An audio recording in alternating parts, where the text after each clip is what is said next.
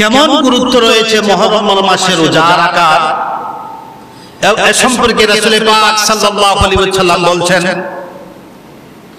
আফদালুস সিয়াম বাদা রমাদান শাহরুল্লাহিল মুহাররম। অর্থাৎ রমজানে রোজা রাখার পরে বেশি রোজা রাখার উত্তম মাস হলো মুহররম মাস। এই মুহররমের মাস হলো রমজানে রোজা রাখার পরে বেশি রোজা রাখার উত্তম মাস হলো মুহররম মাস। আমার মুসলমান বন্ধুগণ, মুহররমের রোজা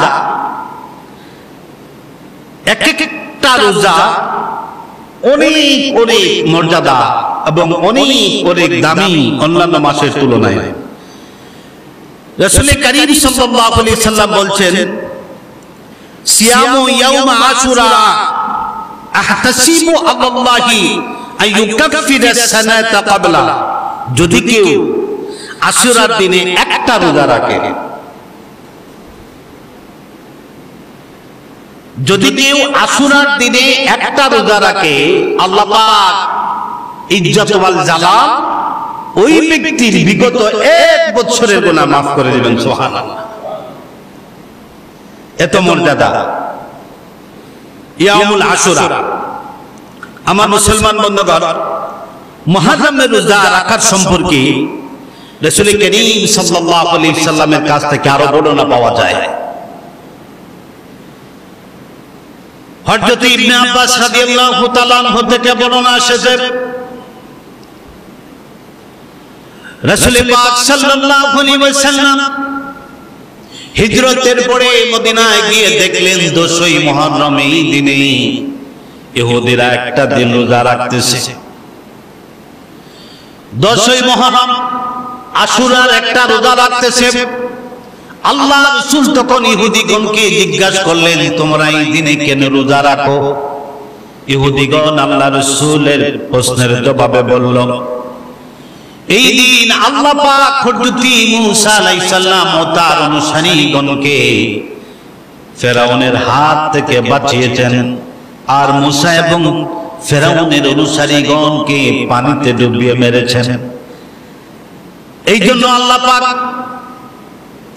পাকের কৃতজ্ঞতা প্রকাশ করার জন্য হযরত মূসা আলাইহিস সালাম এই দিনে রোজা রাখতেন, আর আমরাও মূসা আলাইহিস সালামের কৃতজ্ঞতা প্রকাশ করার জন্য এই দিনে রোজা রাখি। আল্লাহ রাসূল বললেন, তোমাদের যে আমরা মূসা আলাইহিস সালামের অতি নিকটবর্তী এবং অতি গ্রহণযোগ্য তার হক আদায়ের ব্যাপারে আগামী দিন থেকে আগামী বছর এই দিনে আমরাও রোজা রাখব।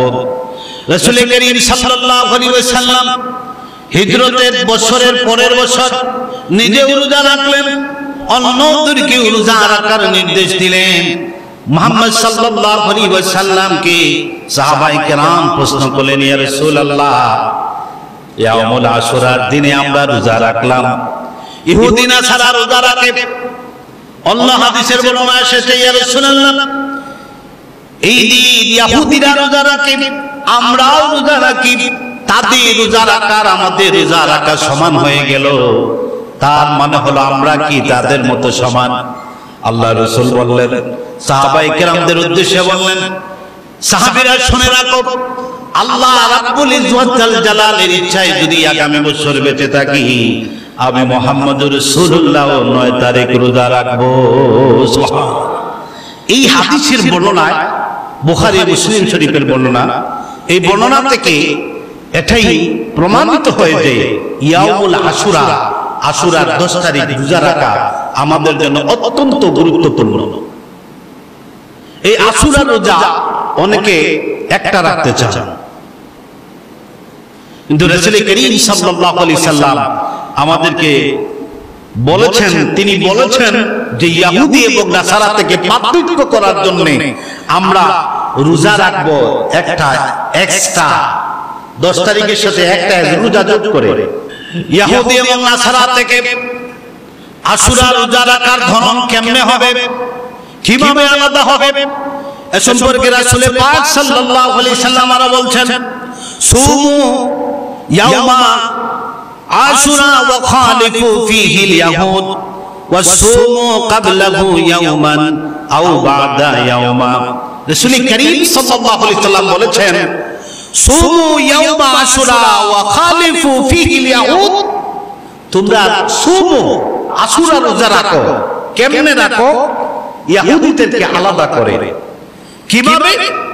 যে ওয়াসুমু ক্বাবলাহু ইয়াওমান আও বা'দা ইয়াওমা, হয় একদিন আগে না হয় একদিন পরে।